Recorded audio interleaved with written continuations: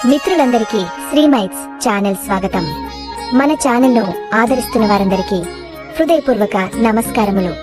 ఈ రోజు నుండి మనం గుండు భీమన్న కథలు చెప్పుకుందాము. ఇది 1961 చందమామలో సీరియల్ గా వచ్చింది.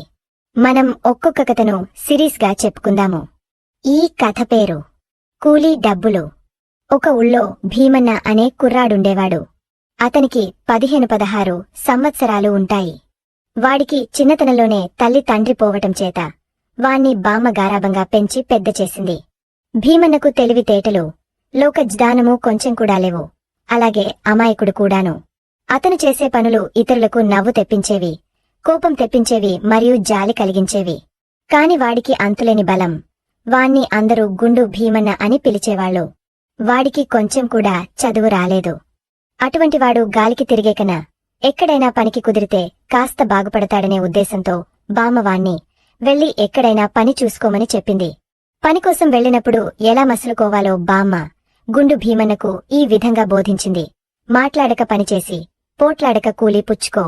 అలా చేసేవాళ్లనే ఈ లోకం మంచివాళ్లుగా తలుస్తుంది. చేసే పని బాగా చెయ్యి, పుచ్చుకునే డబ్బు చేతినిండా పుచ్చుకో. నే చెప్పిన మాటలు మరిచిపోవు గదా, గుర్తు పెట్టుకో అని చెప్పింది. బామ్మ చెప్పిన సలహా వాక్యాలు మననం చేసుకుంటూ గుండు భీమన్న పనికోసం ఊరి వెంట బయలుదేరాడు.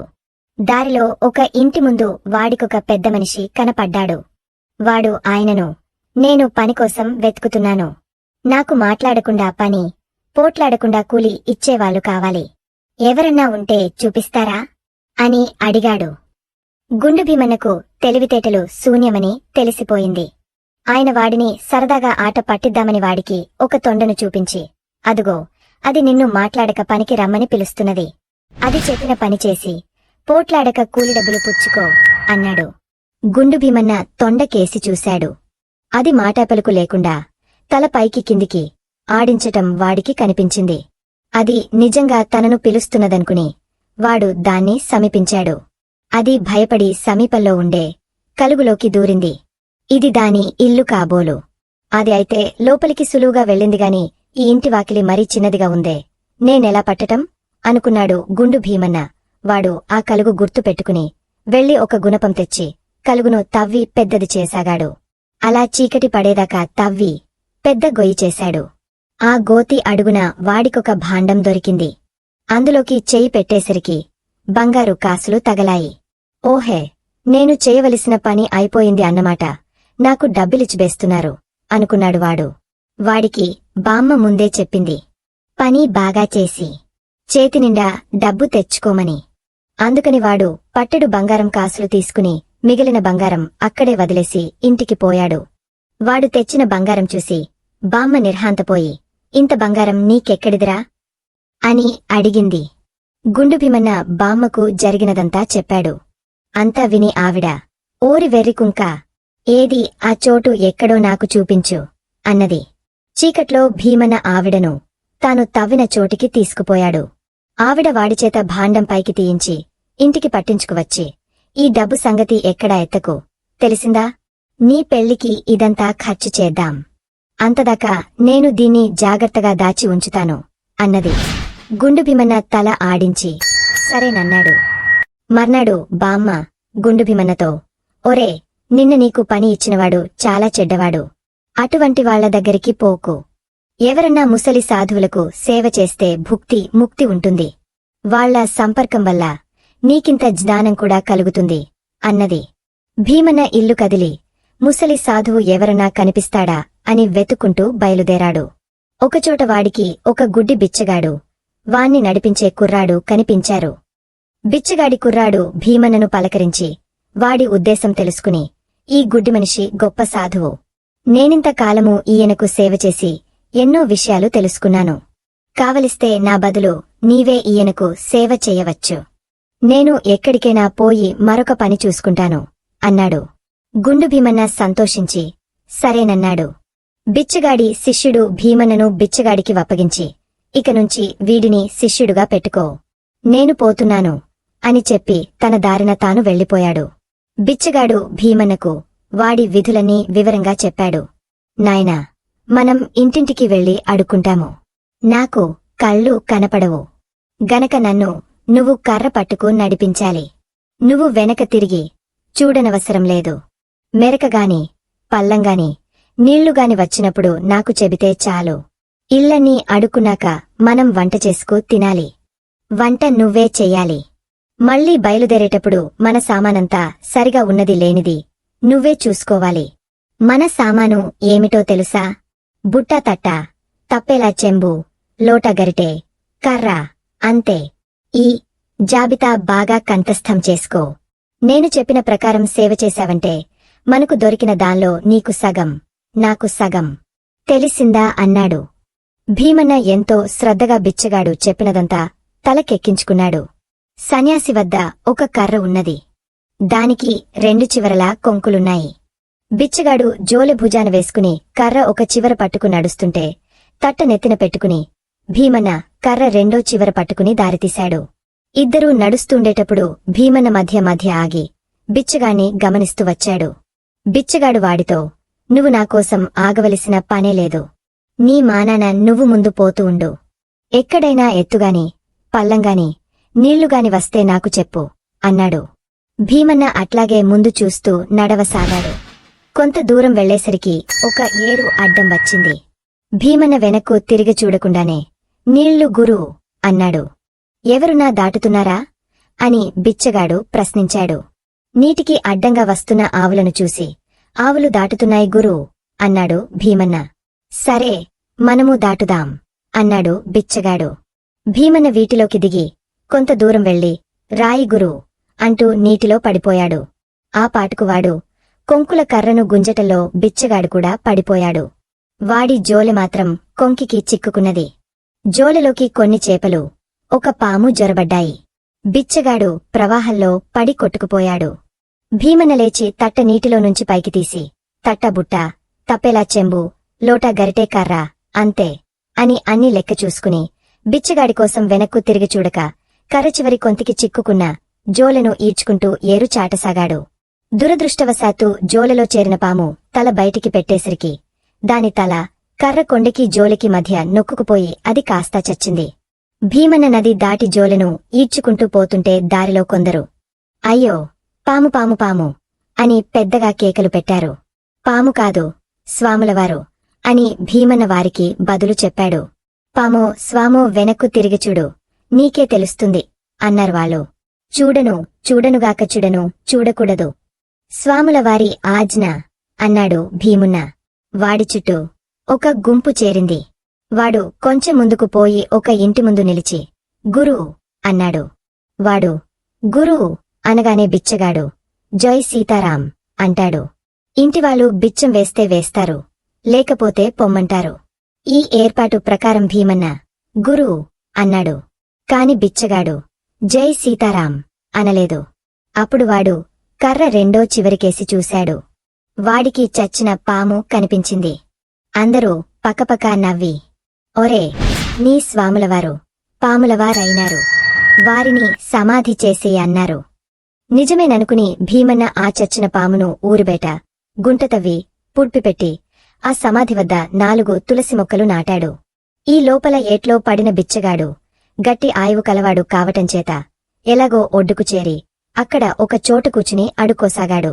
పాంకు సంస్కారం చేసి అటుగా వస్తున్న భీమన్న వాణ్ణి చూసి, ఆహా, ఏమి స్వాములవారి మహిమ అనుకుని తన నెత్తిమీద ఉన్న తట్టదించి, గురు, ఇదిగో తట్టబుట్ట, తప్పేలా చెంబు, లోట గరిటె కర్ర అన్నాడు. బిచ్చగాడు మండిపడి, దొంగ వెధవా, నన్ను ఏట్లో తోసి మళ్ళీ నా సేవ చేయవచ్చావా? చూడు నిన్నేం చేస్తానో అంటూ అరిచాడు. భీమన్న పరిగెత్తి ఇంటికి పోయి బామతో జరిగినదంతా చెప్పి, నా వల్ల ఏ తప్పు లేకుండానే స్వాములవారు నామీద మండిపడ్డారు బామ్మ అన్నాడు. నువ్వు వట్టి వెర్రి వెంగళాయివి, నీకు ఎవరి సేవ వద్దులే, అడవికి పోయి కట్టెలు కొట్టి తెస్తూ ఇంటి పట్టునే పడి ఉండు అన్నది బామ్మ. వచ్చే ఎపిసోడ్లో గుండు భీమన్న ఏం చేశాడో చెప్పుకుందాము. అంతవరకు సెలవు. ధన్యవాదములు. మొదటి భాగం జరిగిన కథ. మొదటి భాగంలో గుండు భీమన్న వాళ్ల బామ్మ మాట ప్రకారం మాట్లాడక పనిచేసి పోట్లాడక కూలి పుచ్చుకోమని ఒక తొండ కలుగు త్రవ్వి అందులో బంగారు కాసులు తెచ్చుకున్నాడు. తరువాత ఒక గుడ్డివాడి దగ్గర శిష్యరికం చేసి వాడి చేత టన్నులు తిని ఇంటిబాట పట్టాడు. మిత్రులందరికీ శ్రీమైట్స్ ఛానల్ స్వాగతం. మన ఛానల్ను ఆదరిస్తున్న వారందరికీ హృదయపూర్వక నమస్కారములు. గుండు భీమన్న కథలు ఈరోజు 2వ ఎపిసోడ్ చెప్పుకుందాము. 2వ భాగం. గుండు భీమన్న ఉండే గ్రామంలోనే ఒక శ్రీమంతుడుండేవాడు. ఆయన భోజన ప్రియుడు. బోలెడంత డబ్బు ఉన్నది. సంసారం ఏమీ లేదు.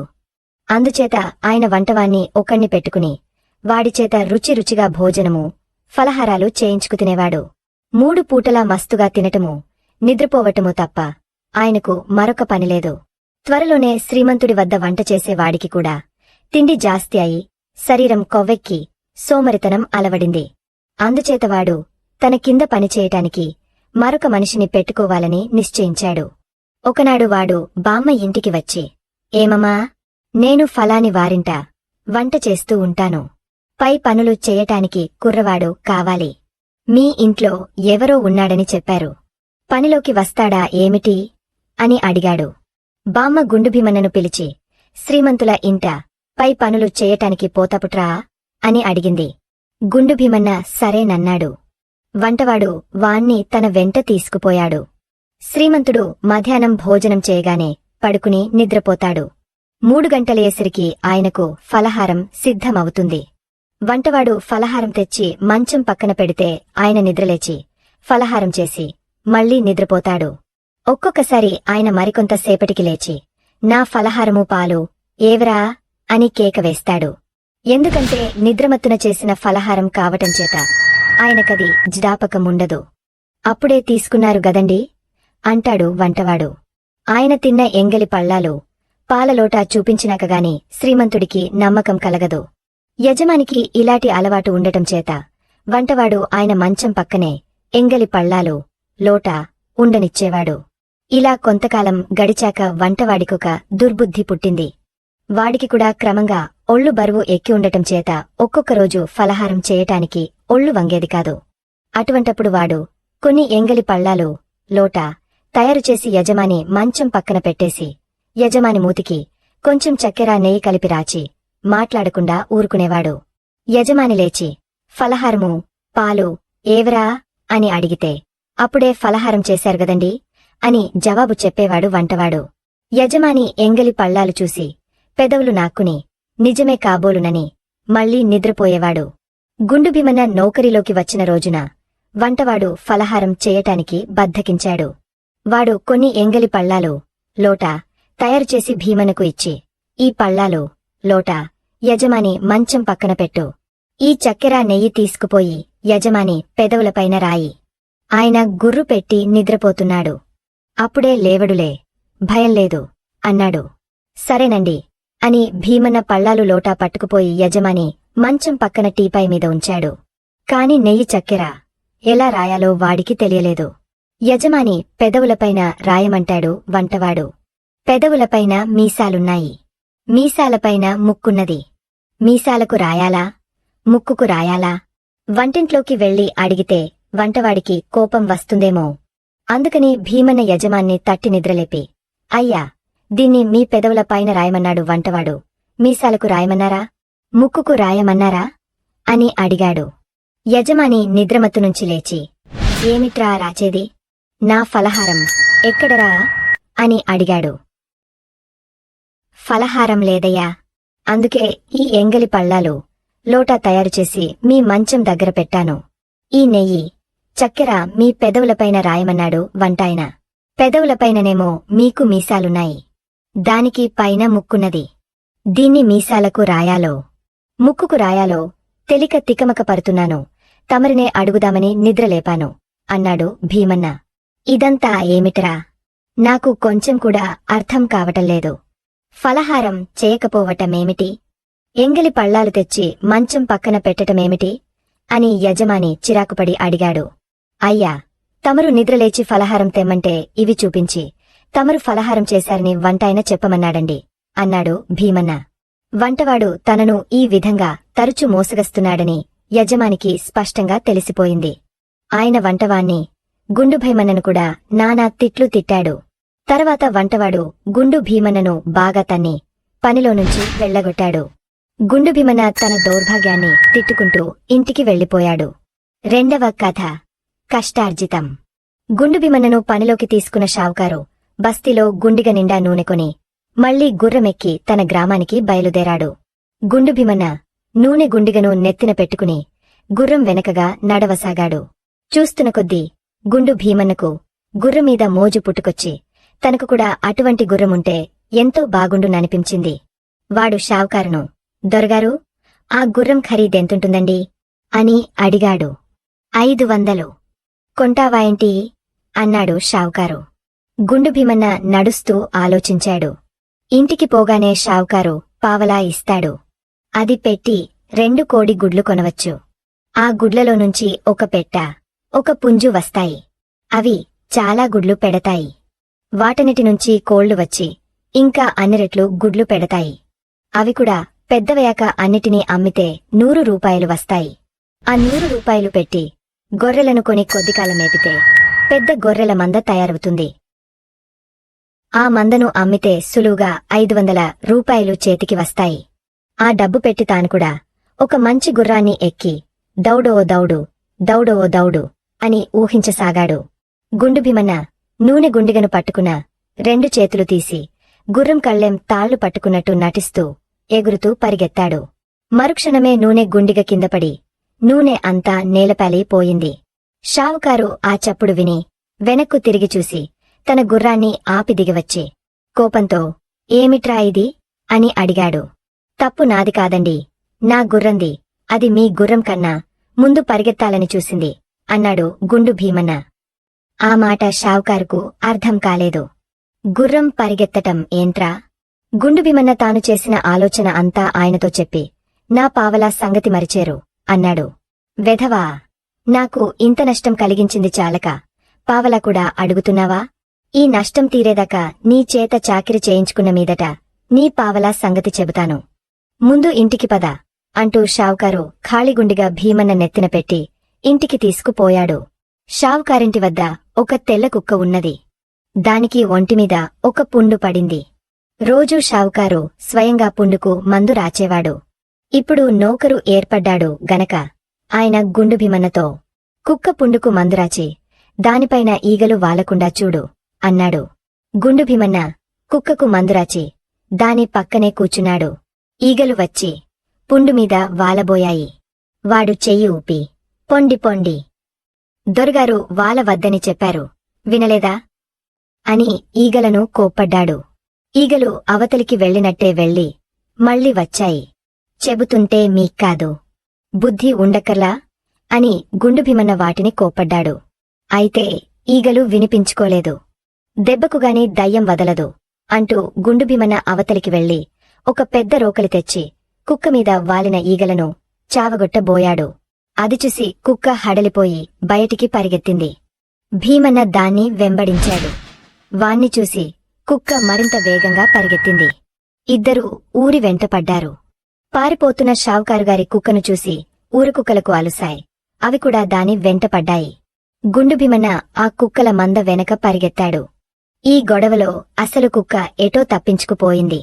గుండు భీమన్న మరొక తెల్ల కుక్కను పట్టుకుని, తప్పించుకుపోదామనుకున్నావా, ఇంటికి పద అన్నాడు.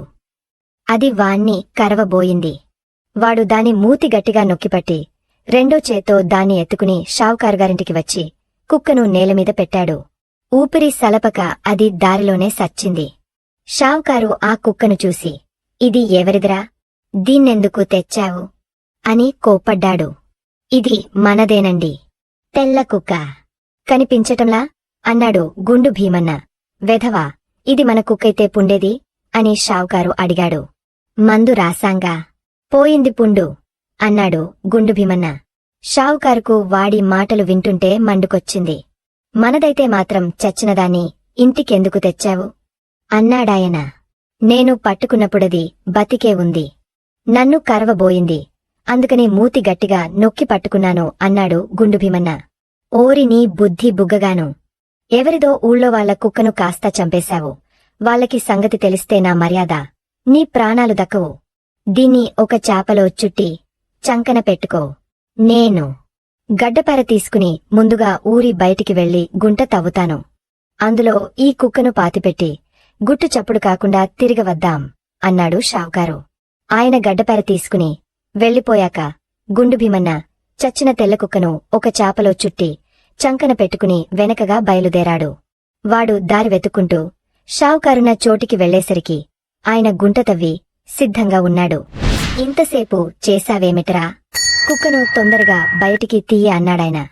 కాని తీరా చాప చుట్ట విప్పి చూస్తే అందులో ఏమీ లేదు. కుక్క దారిలో ఎక్కడో పడిపోయింది.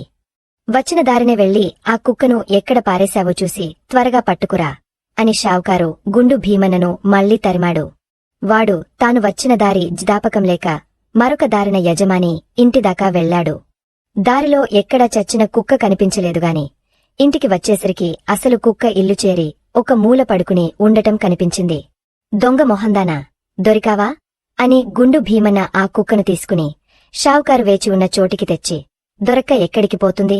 ఇదిగో తెచ్చాను, పూడ్చండి అన్నాడు. ఓరి దౌర్భాగ్యుడా, ఇది మన కుక్కరా, బతికే ఉంది, దీన్నెందుకు పూడ్చటం? ఆ చచ్చిన కుక్కేది అన్నాడు షావుకారు నిస్పృహతో. మీరు కాదన్నారుగాని ఆ చచ్చిన కుక్క ఇదేనండి. ఆ సన్యాసిలాగే ఇది కూడా చచ్చి మళ్లీ బతికింది అన్నాడు గుండు భీమన్న. చీఫో తప్పుడు వెధవా, వెళ్ళి ఆ చచ్చిన కుక్కను పట్టుకురా అని యజమాని గద్దించాడు. విధిలేక గుండు భీమన్న మళ్లీ బయలుదేరాడు. ఈసారి వాడు వచ్చిన దారినే వెళ్లాడు. కుక్క పడిపోయిన చోట గుంపు చేరింది. ఆ గుంపులో దాని యజమాని కూడా ఉన్నాడు. కుక్క ఎలా చచ్చిపోయి ఉంటుందా అని అందరూ ఆశ్చర్యపడుతున్నారు. ఇంతలో గుండు భీమన్న అక్కడికి వచ్చి చచ్చివున్న కుక్కను చూసి, నువ్విక్కడున్నావా? రా, పూడ్చేస్తాం అంటూ ఆ కుక్కను ఎత్తుకున్నాడు. అందరూ వాణ్ణి నిలవేసి, ఏమిటిది? ఎవరు నువ్వు? ఆ కుక్కతో నీకేం పని? నువ్వే దాన్ని చంపావా అని అడిగారు. మీరా గండయ్యా? గుంట దగ్గర యజమాని కాచుకునున్నాడు. ఎవరికీ తెలియకుండా దీన్ని ముందు పాతేయాలే అన్నాడు గుండు భీమన్న. క్షణంలో అందరికీ తెలిసిపోయింది.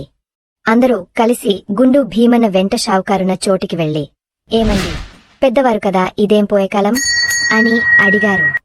పెద్ద మనిషికి అపమానమైంది. ఆయన నెత్తిబాదుకుంటూ చచ్చిపోయిన కుక్క యజమానితో, బాబూ, దారిన పోయే శనిని ఇంటికి తెచ్చుకున్నాను.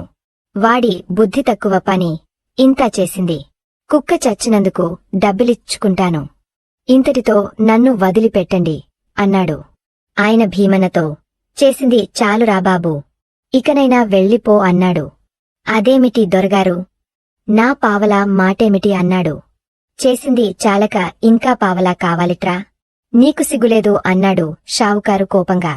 మీ నష్టం తీరేదాకా చాకిరి చేసినాక పావలా మాట చెబుతానంటిరి గదండి. చాకిరీ చేశానుగదా అన్నాడు భీమన్న. వాడితో మాట్లాడుతూ అక్కడే నిలబడితే నలుగురి మధ్య తన పరువు పూర్తిగా పోతుందని వాడు వదిలిందే చాలుననుకుంటూ ఆ షావుకారు వాడికి పావలా ఇచ్చేశాడు. గుండు భీమన్న పరమానందంతో ఎగురుకుంటూ బామ్మకు పావలా చూపించటానికి ఇంటికి బయలుదేరాడు. 3వ భాగంలో గుండు భీమన్న ఏం చేశాడో, ఏ విధంగా మనలని నవ్విచ్చాడో వచ్చే ఎపిసోడ్లో చెప్పుకుందాము. అంతవరకు సెలవు. ధన్యవాదములు. 2వ భాగంలో గుండు భీమన్న శ్రీమంతుడు ఇంట్లో వంటవాది క్రింద పనిచేయటానికి ఉంటాడు. వంటవాడు వళ్ళు బద్దకించి తన యజమానికి ఫలహారం చేయకుండా యజమాని తినకపోయినా తిన్నట్లు ఖాళీ కంచం లోటా ఉంచి నాటకం ఆడేవాడు. గుండు భీమన్న వల్ల ఆ నాటకం బెడిసి వాడ్ని తనని పనిలవంచి తీసివేశాడు. తరువాత షావుకారు దగ్గర పనికి కుదిరి తెల్ల కుక్కను చంపి షావుకారుకు తలనొప్పులు తెస్తాడు. తరువాత ఏం జరిగినది ఇప్పుడు చూద్దాము. మిత్రులందరికీ శ్రీమైట్స్ ఛానల్ స్వాగతం. మన ఛానల్ను ఆదరిస్తున్న వారందరికీ హృదయపూర్వక నమస్కారములు. గుండు భీమన్న కథలు ఈరోజు 3వ ఎపిసోడ్ చెప్పుకుందాము. షావుకారిచ్చిన పావలా జేబులో వేసుకుని భీమన్న నడక సాగించాడు. వాడు అడవి దారినపడి పోతుండగా చీకటి పడింది. ఆ చీకటిలోనే వాడు నడుస్తూ కొంత దూరం వెళ్లాక వాడికి కొందరు మనుషులు నెత్తిన మూటలు పెట్టుకుని ఎదురువచ్చారు. వారు నగల వర్తకులు. అడవికి అవతల ఉండే గ్రామంలోని వాళ్లు. ఆ గ్రామం మీద దొంగలు పడగా ఈ నగల వర్తకులు తమ వద్ద ఉండే వెండి బంగారాలతో పారిపోయి వస్తున్నారు. నగల వర్తకులు ఆ రాత్రికి అడవిలోనే ఉండిపోదలిచారు. వాళ్ళు భీమన్నను చూసి, అబ్బాయి, నువ్వు ఎక్కడికి పోతున్నావో? అవతల ఊళ్ళో దొంగలు పడ్డారు. మేం అక్కడినుంచే పారిపోయి వస్తున్నాం. ఈ రాత్రికి మేమిక్కడే పడుకోదలిచాం అన్నారు. మీరెవరు అని భీమన్న అడిగాడు. మేము నగల వర్తకులం. మేమీ చెట్లమీద ఎక్కి పడుకుంటాం. నువ్వు కాస్త కనిపెట్టి ఉన్నావంటే నీకు కొంత ముట్ట జెపుతాం అన్నారు వారు. మీరు చెట్లెక్కండి, నేను మాత్రం కిందనే పడుకుంటాను అన్నాడు భీమన్న. పురుగు పుట్రా వస్తే అన్నారు నగల వర్తకులు. చంపేస్తాను, మరేం భయం లేదు. మీరు మాత్రం నిద్రలో కింద పడిపోకుండా జాగ్రత్త పడండి అన్నాడు భీమన్న. భలేవాడు, గట్టివాడు, ధైర్యశాలి అని భీమన్నను మెచ్చుకుంటూ నగల వర్తకులు చెట్లెక్కి తమ మూటలను చెట్టు కొమ్మలకు తగిలించి తాము పడిపోకుండా గట్టిగా కొమ్మలకు కట్టుకుని నిద్రపోయారు. భీమన్నమటుకు చెట్టు మొదలుకు చేరగలబడి అలాగే నిద్రపోయాడు. ఒక రాత్రివేళ దొంగలు బారుగా నడుస్తూ ఆటుగా వచ్చారు. ముందు నడిచే దొంగ భీమన్న కాలు తగిలి పడిపోతూ, కొంచెం ఎడంగా రండి, ఇక్కడ ఏదో దుంగ అడ్డంగా ఉంది అన్నాడు. దొంగ కాలు తగలగానే భీమన్న మేలుకున్నాడు. వాడు కోపంగా, ఏమిటయ్యా, నన్ను దుంగ అంటావా? నీకు కళ్ళు కనిపించటం లేవు అంటూ లేచి నిలబడ్డాడు. ఓహే, మనిషివా, అయితే నీ దగ్గర ఉన్నదంతా ఇచ్చెయ్యి, లేకపోతే చంపేస్తాము అన్నాడు దొంగ. ఇస్తాను, కాని మీరెవరు అన్నాడు భీమన్న. దొంగలం, నీ దగ్గర ఉండేదంతా పైకి తీ అన్నారు దొంగలు. మీరేనా దొంగలంటే? సరే, ఈ పావలా తీసుకోండి, నా దగ్గర ఇంతకన్నా ఇంకేమీ లేదు అంటూ భీమన్న తన దగ్గర ఉన్న పావలా వాళ్లకిచ్చేశాడు. వాళ్లు తమ దారిన బయలుదేరారు. వాళ్లు కొంతదూరం వెళ్ళాక భీమన్న, ఏమండోయ్ దొంగలు అని వెనక్కు పిలిచి, ఆ పావలా నాకొక షావుకారిచ్చాడు. అది ఒకవేళ నకిలీ పావలా అయితే తరువాత నన్నని ఏమీ లాభంలేదు. ఈ చెట్లమీద నగల వర్తకులున్నారు, వాళ్లకు చూపిస్తే ఆ పావలా మంచిదైంది, నకిలీ అయింది చెబుతారు అన్నాడు. నగల వర్తకులు అన్నమాట చెవిని పడగానే దొంగలకు ఎక్కడలేని ఉత్సాహము వచ్చింది. వాళ్లు చెట్లని గాలించి నగల వర్తకుల సందర్ని చితక తన్ని వారి మూటలు కాజేశారు. వాళ్లు భీమన్నతో, నువ్వు మాతో చేరిపో, నీకు దొంగతనం నేర్పిస్తాం, సుఖంగా బతకవచ్చు అన్నారు. అలాగే చేరుతాను, నాకెక్కడైనా ఒకటే అన్నాడు భీమన్న దొంగలతో. భీమన్న దొంగల వద్ద పనికి కుదిరిన కొద్ది కాలంలోనే వాడికి అంతులేని శరీరబలం తప్ప బుద్ధిబలం కొంచెం కూడా లేదని దొంగలకు తెలిసిపోయింది. అందుచేత వాడికి యుక్తిగల పనులేవీ చెప్పక అతనిచేత బండ పనులు మాత్రమే చేయిస్తూ వచ్చారు. భీమన్న ఎంతెంత బండ పనులు సునాయాసంగా చేస్తూ వచ్చాడు. ఒకనాటి రాత్రి దొంగలు ఒక ధనికుడి ఇంట దొంగతనం చేయటానికి భీమన్నను వెంట తీసుకుని బయలుదేరారు. వాళ్లు యుక్తిగా ఇంటికి కన్నం తవ్వి లోపలికి భీమన్నను పంపుతూ లోపల కాస్త బరువుగా కనిపించే వస్తువులు మాత్రమే చూసి, వాటిని తెచ్చి ఈ కన్నంలోనుంచి మాకు అందించు అన్నారు. వాళ్ల ఉద్దేశం వెలగల వస్తువులన్నీ బరువైన పెట్టెలలో ఉంటాయని. భీమన్న దొంగలు చెప్పినదానికి సరేనని ఇల్లంతా తిరిగ కనిపించిన వస్తువల్లా ఎత్తి చూశాడు. పెద్ద పెద్ద పెట్టెలు కూడా వాడికి తేలికగానే కనిపించాయి. చివరికి వాడికి వంట ఇంట్లో రుబ్బురోలు కనిపించింది. దాన్ని కదిలిస్తే కదిలిందిగాని ఎత్తితే బండ లేవలేదు. ఇదే దొంగలకు కావలసిన వస్తువు. ఎవరైనా సాయంపట్టి భుజానికెత్తితే పట్టుకుపోవచ్చు అనుకుంటూ భీమన్న అటూ ఇటూ చూసేసరికి వంట ఇంట్లోనే మూలగా పడుకుని నిద్రపోతున్న వంటవాడు కనిపించాడు. భీమన్నవాడి దగ్గరికి వెళ్లి తట్టిలేపుతూ, ఏమండోయ్, కాస్త లేచి ఈ రుబ్బురోలు సాయం పట్టండి అని అడిగాడు. వంటవాడు గాబరాపడుతూ లేచి కూర్చుని, ఎవరు నువ్వు, రుబ్బురోలు సాయం పట్టటమేమిటి అని భీమన్నను అడిగాడు. ఇది దొంగలకు కావాలట, వాళ్లు కన్నం దగ్గర వేచి ఉన్నారు. ఈ రోలునే నొక్కని ఎత్తలేకుండా ఉన్నాను అన్నాడు భీమన్న. వంటవాడు దొంగలు దొంగలు దొంగలు అని కేకలు పెట్టాడు. అందరూ లేచి భీమన్నను పట్టుకున్నారు. ఈ అల్లరి ఆలకించి దొంగలు అప్పుడే పారిపోయారు. ఇంటివాళ్లు గుండు భీమన్నను రకరకాలుగా ప్రశ్నించి వాడు వట్టి మడ్డి వెధవ అని తెలుసుకుని వదిలిపెట్టేశారు. వాడు దొంగలను వెతుక్కుంటూ వెళ్లాడు. దొంగలు వాణ్ణి నానా తిట్లు తిట్టారు. వాణ్ణి కొలువులో నుంచి తీసేద్దామనుకున్నారు. కానివాడు ఇకమీద బుద్ధిగా ఉంటాననటం వల్ల క్షమించి తమ వెంట ఉంచుకున్నారు. మరొకనాడు దొంగలు ఒక జమీందారు ఇంట దొంగతనానికి బయలుదేరారు. వారి వెంట భీమన్న కూడా ఉన్నాడు. వాళ్లు ఈసారి కన్నం వేసి భీమన్నను ఇంట్లోకి పంపుతూ, కిందటిసారిలాగా రుబ్బురోళ్ల జోలికి పోకు, ఈ ఇసుక తీసుకో, మిద్దెమీదికి వెళ్ళి అంతటా ఇసుక చల్లు, ఏ వస్తువుమీద ఇసుక పడ్డప్పుడు గలగలా శబ్దమైతే ఆ వస్తువునల్లా పట్టుకురా అని చెప్పారు. భీమన్న దొంగల వద్దనుంచి ఇసుక మూట తీసుకుని మిద్దెమీదికి వెళ్లాడు. అక్కడ చాలామంది పడుకుని నిద్రపోతున్నారు. కొందరు నోర్లు తెరుచుకుని మరీ నిద్రపోతున్నారు. దొంగలు ఇసుక చల్లమన్నారుగదా, ఇసుక చల్లితే అది వాళ్ల మొహాలమీద నోళ్లలోనూ పడదా అనుకుని భీమన్న గట్టిగా, ఓయ్, నేను ఇసుక చల్లబోతున్నాను, నిద్రలుపోయే వాళ్లంతా ముసుగులు పెట్టేసుకోండి అని కేకలు పెట్టాడు. ఈ కేకలకు అందరూ లేచారు. అల్లరి అయింది. దొంగలు పారిపోయారు. ఇంటివాళ్లు భీమన్నను కూడా కొంతసేపయాక వెళ్ళిపోనిచ్చారు. వాడు మళ్లీ దొంగల వద్దకు తిరిగి వెళ్లాడు. ఈసారి భీమన్న దొంగలచేత తిట్లు, తన్నులు కూడా తిన్నాడు. వాడు క్షమించమని ప్రాధేయపడ్డాడు. ఇంకోసారి ఇలా చేశావంటే ఏకంగా నీ తల తీసేస్తాం. ఒళ్ళు జాగ్రత్త పెట్టుకుని ఉండు అని దొంగలు వాణ్ణి గట్టిగా హెచ్చరించారు. తర్వాత ఒకరోజున దొంగలు రాజుగారి దివాణాన్ని కొల్లగొట్టటానికి బయలుదేరారు. ఆ దివాణంలో ధాన్యపు కొట్లు, పశువుల సాలలు, రకరకాల గిడ్డంగులు ఉన్నాయి. ఒక్కొక్క ఇంటినే దోచుకోవటానికి ఒక్కొక్క దొంగ ఏర్పాటయ్యాడు. భీమన్నను మాత్రం దివాణం వెలపల నిలబడి ప్రమాద పరిస్థితి ఏర్పడితే కొమ్ముబురా ఊదేటట్టు ఏర్పాటు చేసుకున్నారు. ఆ బూరా మోత వినగానే ఎక్కడి దొంగ అక్కడి నుంచి జారుకుంటాడన్నమాట. దొంగలందరూ తలా ఒక దారిన దివాణంలోకి వెళ్లిపోయాక భీమన్న కొంచెంసేపు ఒంటరిగా నిలబడి ఎక్కడా ప్రమాదం జాడలేదులే అనుకుని తానుకూడా లోపలికి జొరబడ్డాడు. లోపలికి పోగానే వాడికి ఎదురుగా పశువుల శాల కనిపించింది. అందులో ఒక దొంగ ఒక ఆవును విప్పటానికి ప్రయత్నిస్తున్నాడు. అది పొగరుబోతు ఆవు. దగ్గరికి వస్తే తల విసురుతున్నది. ఒకే మనిషి దాని కొమ్ములు పట్టుకుని పలుపు ఎప్పటానికి లేదు. అందుచేత ఆ దొంగ తన దగ్గరికి వచ్చినవాడు భీమన్న అని కూడా గమనించకుండా, ఒరే బాబూ, కాస్త కొమ్ము పట్టు అన్నాడు. వెంటనే భీమన్న చంకలో నుంచి కొమ్ము బూరా తీసి తుర్రు తుర్రుమని పెద్దగా ఊదాడు. ఈ చప్పుడుకు రాజభటులు మేలుకున్నారు. బూరా చప్పుడు బయటనుంచి కాక లోపలినుంచి ఎందుకు వచ్చిందా అని ఆశ్చర్యపోతూ దొంగలు ఎక్కడివాళ్లక్కడే నిలబడిపోయి రాజభటులకు దొరికిపోయారు.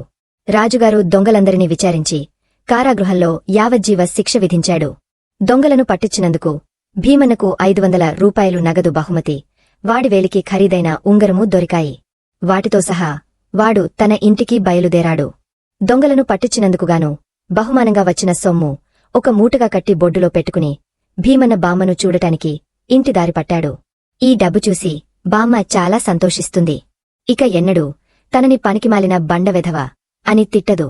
ఇలా అనుకునివాడు ఎగురుతూ గెంతుతూ మహా ఉత్సాహంగా నడక సాగించాడు. భీమన్న కొంతదూరం వెళ్లేసరికి దారిలో ఒక కాలవ తగిలింది. ఆ కాలవ చాలా లోతున పారుతున్నది. దాని గట్లు చాలా ఎత్తుగా ఉన్నాయి. కాలవకు అడ్డంగా తేలికైన చెక్కల వంతెన వేసి ఉన్నది. భీమన్న ఉత్సాహంగా గెంతుతూ ఈ చెక్కల వంతెన మీదుగా పోయేటప్పుడు వంతెన కాస్తా విరిగింది. సగం వంతెన కాలవలో పడిపోయింది, సగం నిలిచి ఉన్నది. భీమన్న కింద పడిపోతూ అదృష్టవశాత్తు నిలిచి ఉన్న భాగం పట్టుకుని వేళ్లాడసాగాడు. వాడు పైకి ఎక్కలేక వంతెన చెక్క పట్టుకుని అలా వేళ్లాడే సమయంలో అటుగా ఒక సాతాని వచ్చాడు. అతను భీమన్న దుస్థితి చూసి, అయ్యో పాపం, అర్భకుడు పెద్ద చిక్కులో పడిపోయాడు అస్కుని సహాయం చేయటానికి వచ్చాడు. అతను భీమన్నతో, అబ్బాయి, గట్టిగా పట్టుకుని ఉండు, నేను నిన్ను ఉపాయంగా కాళ్లు పట్టుకుని ఒడ్డుకు దించుతాను అన్నాడు. సాతాని ఉన్న ఒడ్డున కాలవమీదికి చొచ్చుకు వచ్చిన రాతిబండ ఒకటి ఉన్నది. సాతాని దానిమీద నిలబడి చేతులు ముందుకు చాస్తే భీమన్న పాదాలు అందుతాయి. తాను ఇచ్చే ఊపుకు భీమన్న వడ్డున పడవచ్చు. సాతాని ఆ రాతి బండమీదికి వెళ్లి నిలబడి తన చేతులు ముందుకు చాచి, అబ్బాయి, నీ పాదాలు నాకు అందించు అన్నాడు భీమన్నతో. భీమన్న తన పాదాలను సాతానికి అందించాడు. సాతాని వాటిని గట్టిగా పట్టుకున్నాడు. సాతాని చెయ్యి తగలగానే భీమన్నకు కితకితలు వచ్చాయి. వాడు తన కాళ్లను పైకి గుంజుకున్నాడు. భీమన్న కాళ్లను గట్టిగా పట్టుకున్న సాతాని సాళ్లకు రాతిబండ అందకుండా పోయింది. వంతెన పట్టుకుని ఉన్న భీమన్న కాళ్లను పట్టుకుని సాతాని వేళ్లాడుతున్నారు. అబ్బాయి, నిన్ను కాపాడబోయి నేను కూడా చిక్కులో పడ్డాను. నువ్వు మాత్రం పట్టు విడవకు, ఇద్దరమూ అఖాతల్లో పడిపగలం. ఎవరన్నా వచ్చేదాకా మనం ఇలా వేళ్లాడవలసిందే అన్నాడు సాతాని.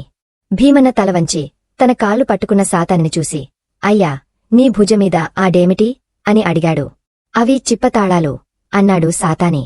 అవి దేనికి అని భీమన్న అడిగాడు. తాళాలు వాయిస్తూ పాట పాడుతూ ఇంటింటికి తిరిగా అడుక్కుంటాను అన్నాడు సాతాని. అలాగా, ఏది ఒక పాట పాడు అన్నాడు భీమన్న. ఇప్పుడు పాట పాడటమేమిటి? నా మొహం అన్నాడు సాతాను. పాట పాడతావా?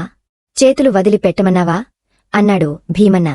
ఆ పని మాత్రం చెయ్యకు, నీకు పుణ్యముంటుంది అంటూ సాతాని పాడనారంభించాడు. తాళాలు వాయించకుండా వట్టినే పాట పాడుతున్నావేమిటి? తాళాలు వాయించు అన్నాడు భీమన్న.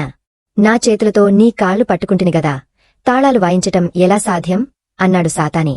నీకు చెయ్యి విడిగా లేకపోతే నీ తాళాలిలా ఇయ్యి, నేను వాయిస్తాను అంటూ భీమన్న వంతెన వదిలి చేతులు సాతానికేసి చాచాడు.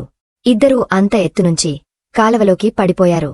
అదృష్టవశాత్తు కాలవలో నీరు హెచ్చుగాలేదు. అందుచేత వారు మునిగపోలేదు. కాని అంత ఎత్తునుంచి పడట మూలాన సాతానికి బాగా దెబ్బలు తగలాయి. సాతానిపైన పడటంచేత భీమన్నకు ఏ దెబ్బ తగలలేదు. భీమన్న సహాయంతో సాతాని కాలవ గట్టెక్కి చేతులు కాళ్ళు విరిగినట్టుగా ఉన్నాయి, కదలేను. గాయాలకు కాస్త నూనె రాస్తాను. ఇదిగో ఈ 2 డబ్బులు, ఈ గిన్నె తీసుకుని ఊళ్ళోకి వెళ్లి కొబ్బరి నూనె పట్టుకురా అన్నాడు. భీమన్న డబ్బులు, గిన్నె తీసుకుని ఊళ్ళో దుకాణానికి వెళ్లి నూనె కొన్నాడు. దుకాణం మనిషి గిన్నె నిండా నూనె పోసి ఇంకొంచెం మిగిలిపోయింది.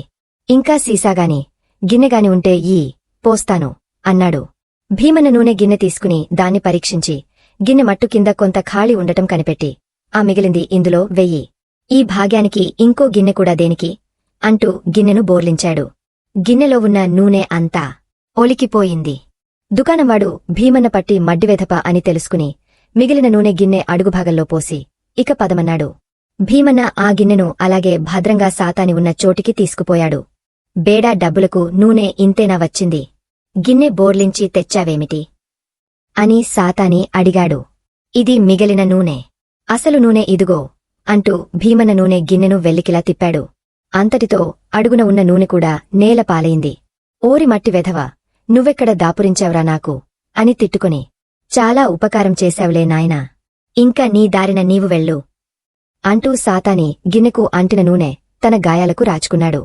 పాతాని తనను మెచ్చుకున్నందుకు సంతోషిస్తూ భీమున తన దారి పట్టాడు. ఇంతటితో గుండు భీమన్న కథలు సమాప్తం. కథలు నచ్చినట్లయితే లైక్, షేర్, కామెంట్ చేయండి. సబ్స్క్రైబ్ చేయండి. ధన్యవాదములు.